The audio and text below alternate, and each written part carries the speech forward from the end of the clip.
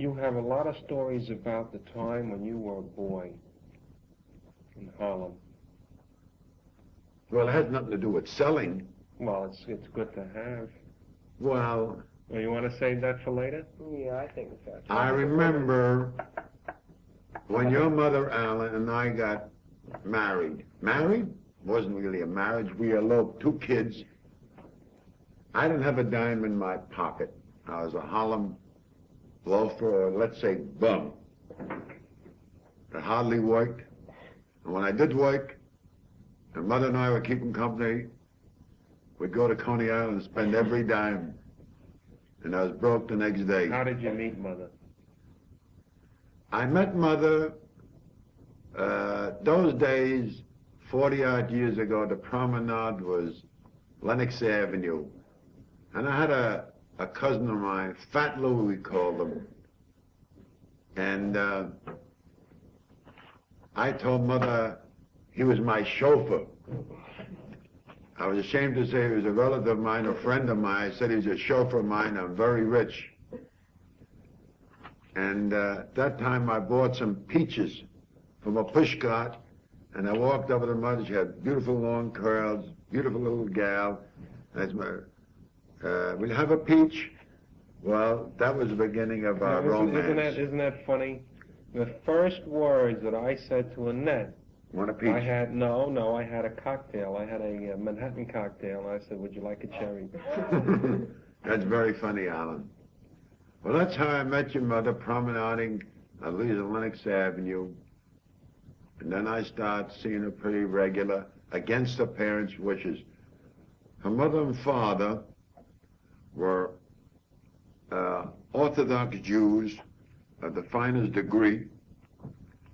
And when I came up the house, they looked at me and they immediately seen a loafer, a bum.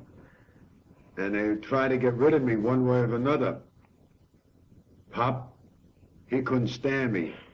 He was wondering where do I come into that Fenning family? Well, didn't you gyp him on an awning once before? No, I wasn't in the awning business then. I was too young. Well, anyway, our love was so great that Mother and I, we knew we couldn't get consent of her parents, so we eloped. We eloped, and we landed in Albany.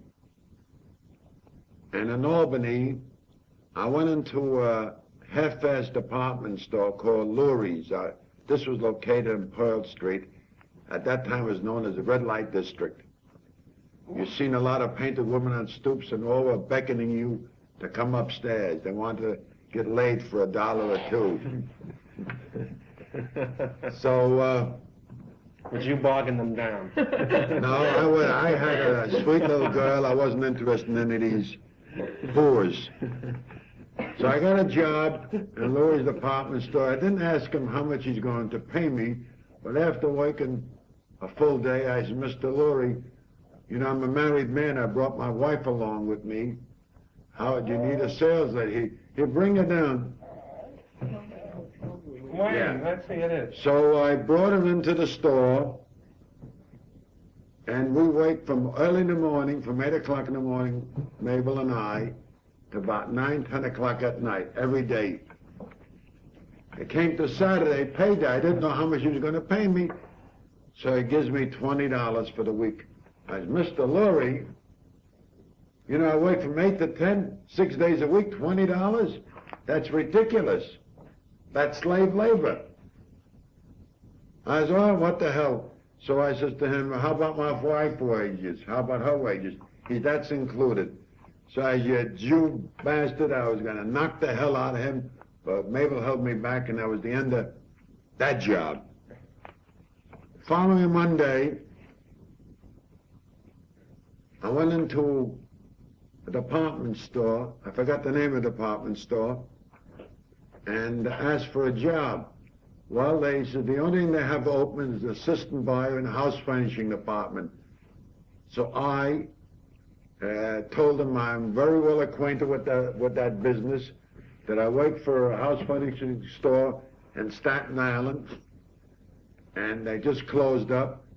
Well, he said, we'll tell you what, Mr. Florin, we'll give you a trial at $30 a week.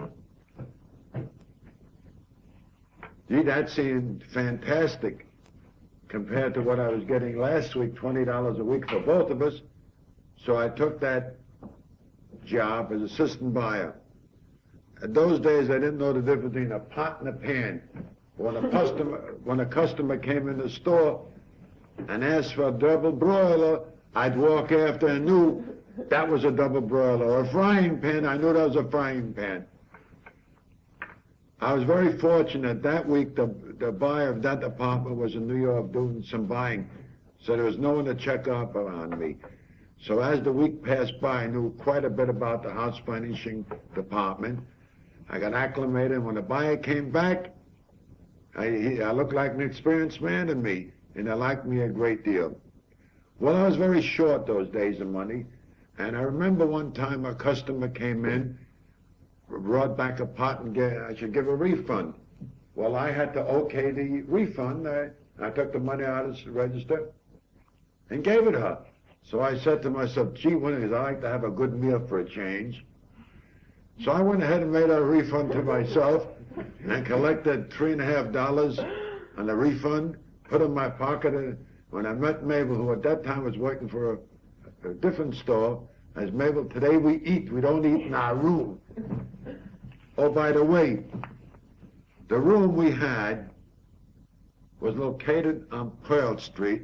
We're up on the 3rd floor. On the lower floor, it was a kosher restaurant.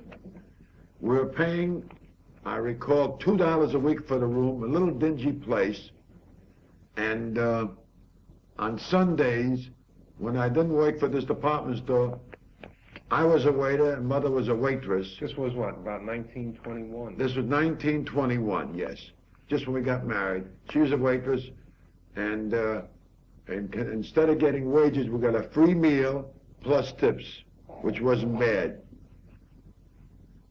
One day, I remember most of our meals we had up in this little dingy room. We'd buy, those days, a basket of tomatoes for a nickel, and we'd buy a few other things, and we'd go up to our room for lunch hour, have our lunch. One lunch hour, I came home, and sitting in the restaurant part on the way to my room, I see her brother, Soldier rest in peace, Harry, sitting in the restaurant eating. I ran up as quick as I can to my room. Mabel was already there. I said, Mabel, I was all excited. Your brother Harry is downstairs in the restaurant eating. Most likely he's here to check up on us. He mustn't find this little dingy room. Grab all your belongings, all our belongings. My shirt and her dress and my stinking old socks and one suit I had. We grabbed in one hand and a valise, and we went down on the main floor, which had a beautiful room, large room, which those days was $7. It was a lot of money. Without the proprietor's knowledge, we put our belongings there. Then I walked down into the restaurant, and I walked over. Oh, hello, Harry. What are you doing here? And he was so happy to see me. I come up to my room. I took him up to this beautiful, luxurious room. Geez, Harry, you're not doing too bad. Look at that beautiful room you have. It's a good thing he didn't see that little dingy room that we're actually living in. And then after Harry left, you went back to your room. Well, after working there several months and being satisfied with my job, I'm sure my bosses were satisfied with my work. I heard rumors they were going to give me a buyer job in a new store they're opening up in Schenectady. I certainly was elated. But suddenly I get a telegram from my other brother-in-law, Whitty. He was opening an Army-Navy store for us. For us, I mean for Mabel and I, in Port Richmond, Staten Island. They want us to take care of the store. I don't know nothing about Army-Navy, but without any notice to the department store, we immediately took a boat back to New York City, Mabel and I, and we met our brother-in-law, and he took us to Port Richmond. And in back of the store, there were rooms. It was a big apartment in back of the store, about 6 rooms. But the moment you opened the door, rats were flying in all directions. So I said, look, we may need an apartment, but not that bad. We're going to live in a rat-infested place. So I took the job for my brother-in-law. Sorry, a great deal sorry that I did. Well, it was a real hard job. My duties were to open the store at 8 in the morning, close at 10 o'clock at night. Saturdays open at 8 and close at 12 at night. Sundays I had to go down to do buying for the store around Orchard Street and come back at 3, 4 o'clock. So I had very little time for recreation. And it was quite a hard job. And in that Port Richmond, it was on Richmond Avenue, if my memory serves me right, it was the main street in Richmond Avenue. Business was actually 1 day a week, Saturday. The rest of the week there was nothing doing. Well, I was a very active person, so I got a valise and put some of my Army Navy goods into this valise, closed the store up, went over to shipyards and did peddling. When the men came out for lunch or for supper, I sold some of the wares like socks, overalls, coveralls, and whatnot, in order to have enough money to put in the register. That's my tale of a retail life. Tell a story about the time you were in the opera. You were a Kazakh. Oh, no, I was not in the opera. I was a Jewish actor, my son. Go ahead. Oh, yes. My dear son Alan loves these tales. I think he heard them so many times, but he still gets an awful kick out of listening to them. I remember when I was about 18 or 19 years of age, there was a Jewish theater located on 111th Street and Lenox Avenue, known as the Lenox Theater. My cousin Louis, who was not too smart, got a job as an extra, and he called me in and a few of our other friends for that job. We were supposed to be soldiers, soldaten, dressed as Russian Cossacks with a wooden gun, a beard. We all looked alike, mustache, boots. And for that we were paid $2 a performance. After we got paid and the show was over, we'd go downstairs and play cards. Bye-bye $2. That somehow happened there every day after the performance. I remember one incident when I first started being an extra in that show. We were told that we'd march in with our captain, and that the star of the show was a soprano. She would be huddled up with the rest of the Jews, and we were supposed to be the Russian Cossacks, very mean to the Jews, and we're told that she would jump out of that bunch and lunge at one of us with a knife. It was a rubber knife, and we're told that if she would lunge at one of us, as we held our guns in position, we should move back a step. Otherwise, the gun would get underneath her throat and may injure her. Sure enough, it happened to me. She got up with that rubber gun, and she went for me. And I stood there with my gun at attention. I suddenly hear my sister who was sitting in the box say, "Oh, there's Harry, I recognize him." And I, instead of moving back with the gun, I stood there like a dummy. And she ran right into the gun. And the gun caught her underneath the throat, and she was saying, "Oi, oi." Of course, the people thought she was acting, but she really wasn't acting. It was hurting her, and she couldn't go into her song. After that scene was over, we went behind the curtain, and her husband, who was there at that time, says, "Can't you recognize which one was stupid enough to hold that gun that way?" She said, "How can I? They all looked alike." And I was standing right there. And she was really out for several days. She couldn't sing. She had a very bad throat. Thanks to you. Well, the show didn't last too long, and I lost that job.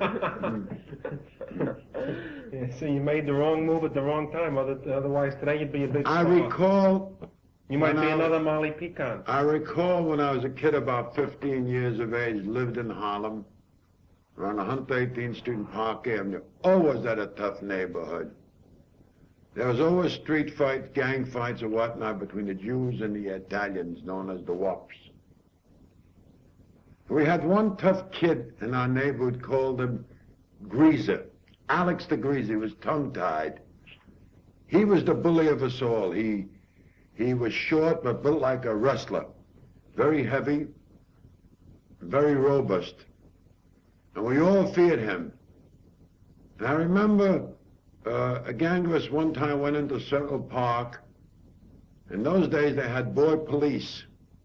If you did anything wrong, like pulling grass, fishing what you weren't supposed to do, they'd lock you out.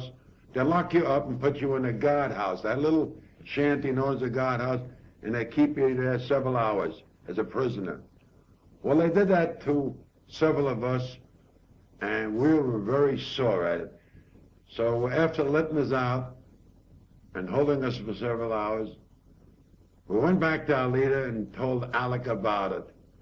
Well, Alec went up to the schoolhouse and stole one of these iron dumbbells. And he says, you bring me to this guy, the captain. I'll kick the shit out of him. And we all went with Alec, about a half a dozen of us, went to the park.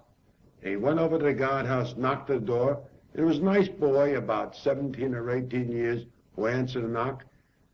He says, what is it, sir? What is it you want, young man? So Alex says, you the captain here? He's, yes. Yeah, I'm going to kick the shit out of you. He takes the dumbbell, hits him on the head. Well, the fellow went down, this captain went down. As he was going down, he blew a real police whistle, and Alec was arrested. And I think the bail those days were $300, held for assault. Well, the day of the trial, his parents dressed him up in a Buster Brown collar, Buster Brown shirt, and combed his hair down. He looked like a little Lord Fauntleroy, in disguise as Lord Fauntleroy. He went up before the judge, and this young man of 17, 18 years old, known as the captain, made charges. This fella knocked the door, then hit him on the head with the dumbbell, and he blew his whistle, and this boy was arrested. How old? How old was Alec the must have been about 15 years of age. I don't think he was a day older than that. So the judge took a look at this Buster Brown boy, short, and he says to the captain, you mean to say that this little baby here assaulted you? Case discharged. Alex said if the judge didn't discharge him, he still had his dumbbell with him, he'd break the judge's head. He'd kick the shit out of He him. would kick the shit out of the judge and everybody in the court. And he would. Later on, a year later, he wanted to be a prize fighter, and his parents owned a fruit and vegetable store. In the back of the store in the yard, we set up a ring, and we were training him. And he was short but very heavy, weighed about 170 pounds. And there was a club known as the New Polo Athletic Club, located on 129th Street and Park Avenue. It was a fight arena. So he went there, and being 170 pounds, he was put in the heavyweight division. The night of fight, we all walked over from 113th Street to the arena. We're about to go in when one of these big old Cadillac cars, I think it was a Cadillac or a PSL, pulled up in front of the club, and a fellow about 6'6" got out of the car, and it was his opponent known as Tony Paul. He had to fight Alec. Well, Alec took one look at this big gorilla. He said, I'm not going to go in there. I'm not going to fight this guy. He's too big for me. Well, he's a man about 25, 30 years of age. He was a giant, a real Frankenstein. I'm sure if Alec won the ring, Alec would have been taken out and put into some cemetery, surely into a hospital. Well, this fella, Tony Paul Ford, the substitute, he took one look at this fella, the guy fainted, knocked him out without throwing a blow. Didn't you want? Didn't you once? Weren't you a postman once? Yes, I was a letter carrier. When I kept company with Mabel, I got myself a job in the post office. I wanted to make good. The hours were from 12 midnight to 8 o'clock in the morning. I had another job at the same time from 9 o'clock in the morning to 6 o'clock at night. I had two jobs. One from 9 o'clock to 6 o'clock was Abraham Strauss in the sporting goods department as a salesman. Well, I kept it up for several months until when one morning I went into Abraham Strauss in the sporting goods department, and there must have been about 8 or 9 of us salesmen on the floor, and a woman come in, and she picked on me. Will you show me a tricycle? Here I can't keep my eyes open. My eyes are closing. And she started annoying me. Let me see, velocipede, a tricycle. And I finally got so I said, Madam, look, there's 8 or 9 men on the floor. Do you have to pick on me? She took one glance at me, went over to floor walker. A few minutes later, the manager called me up to his office. How dare you insult my customers? You're fired. So I told him the story. I had two jobs from 12 midnight to 8 in the morning and from 9 to 6. You have no right to working that hard. You're fired. That was the end of my big operation of two jobs. What did you do as a postman? How did you get fired? I don't remember being fired. I think I quit. I don't remember. Didn't you have to walk up a big... Oh, yes. Oh, yes. That is very, very good. I worked in the post office as a substitute later on. A substitute had to do variety of jobs. In other words, if they had to put you on a parcel post wagon, you deliver parcel post. Sometimes you were put selling stamps. Other times you're delivering mail when the mailman was sick. Other times you had to pick up mail from certain areas, or mail from boxes in certain areas. There's one particular area that drove me nuts. This area was located 187th Street and Broadway. And to go from St. Nicholas Avenue to Broadway was a steep hill to go up. And that box never had too much mail in it. So I made up my mind to jump it. Know what I mean? Instead of taking the mail out of the box, I 4 or 5 times a day, I only did once a day. Well, the post office officials were suspicious that someone is lax in picking up the mail, so they put an inspector there to watch if nobody's going to be there. Sure enough, the inspector was leaning against the post, and one of the lights from the lamppost where the box was located came down and broke this inspector's head. I was fired. Not because he broke his head, because I didn't collect mail in that box. Tell a story about years ago you played the champion ping pong player, the lady champion ping pong player. Oh, yes. I remember doing business with a hotel up in the mountains, in the Catskills, known as Andrews Mountains House. And I sold them an awning job, but somehow they didn't have the full amount to pay for it, and they said I can take it off in a due bill. I think they call it a due bill. And this was about May, and Mother and I and the children decided to take a vacation. Sure enough, we went to Andrews Mountain House. Wouldn't cost me any money. Soon as I arrived there, I seen beautiful grounds and ping pong tables, which was my first love in sports at those days, all around the grounds.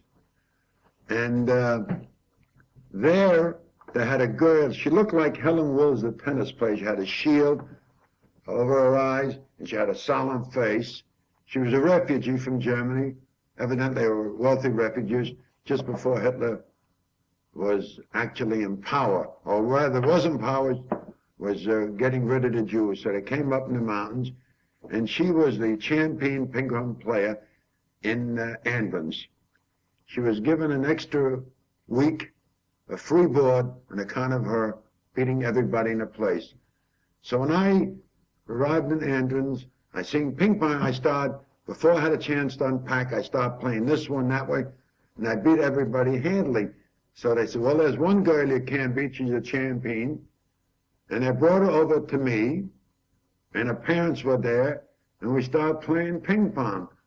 Well, and we started slicing the ball, curving it, and I see the kid, poor kid, didn't know how to take a curve even. And I beat her very easily. 21-7 one game, 21-8, so on, about 3-4 games. Her parents were standing there, biting their lips, very much embarrassed, and they're making excuses that she's not too good indoors, but outdoors, she's much better. Rather, she plays indoors much better than outdoors. There's no wind. Most girls play better indoors. Yeah, there's no wind on the outside, inside. And so we made an appointment that after breakfast tomorrow morning, around 10 o'clock, we will play ping pong indoors. Well, I recall my children, God bless him, Alan was about 3 years of age, Estelle was about 7 or 8 years of age. Mother kept him immaculately. We're waiting after the children had their dinner. I was standing on a porch, Mother and I, and admiring my children. They're on the lawn. And I was able to hurry. My children look so darling. They're so lovely looking. I'm going over to kiss them. As I said that, I take a misstep and I trip. And I'm laying on the ground and I look down. I see my ankle swelling up like a balloon. But that wasn't my difficulty. All that came through my mind at that time was not my ankle, but the ping pong game which I arranged for the following morning at 10 o'clock with this refugee. That was the only thing in my mind, that I couldn't beat that refugee the next morning. Well, P.S., of course, next morning I come play. At all, I had a very bad ankle. Had to call for a local doctor, and he told me it's a matter of 3 to 4 months. I called New York, and they sent over a chauffeur. He took us home. Believe me, for many years it bothered me, not the ankle so much, but I wasn't able to beat that refugee ping pong player. Thank you. I was very fortunate in selling on to some of our outstanding film and TV stars and theater stars and so on. But I think one of the swellest persons I found was Imogen Coco. She is really very nice, congenial. Her husband, who died at a very early age, I just can't think of his name, was a swell guy. But he had one.